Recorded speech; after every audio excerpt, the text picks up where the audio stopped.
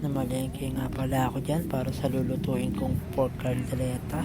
Tara, lutuin na natin. Una, prituhin lang muna itong carrots patatas at sabay na rin natin ang bell pepper. Prituhin lang natin siya para hindi siya madurog mamaya. I'll set aside muna natin. Tapos magigisa tayo dyan ng bawang, sibuyas. Gisa-gisahin lang natin yan. Pag okay na, lagay na natin yung pork. Tapos satayin mo lang siya. Gisa-gisahin mo lang hanggang sa mag-iba na yung kulay. Pag nag-iba na yung kulay, okay na.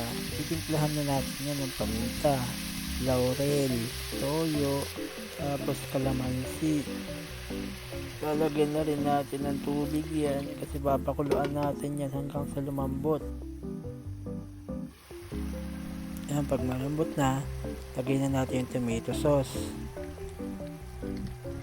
liver spread, at saka margarine.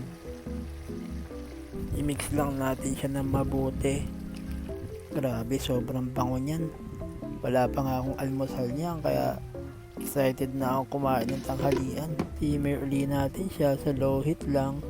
Tapos pag okay na, lagay na natin yung pinarito natin patatas, carrots at bell pepper kanina.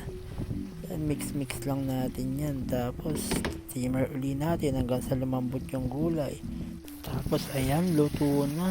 Grabe, tignan mo naman yan. Sarsa pa lang, siguradong taobang sinaing dito. Kahit bahaw, talo-talo dito. Sobrang sarap ng sarsa nito. Kaya kung ano pang hinihintay mo, try mo na din. Sarap!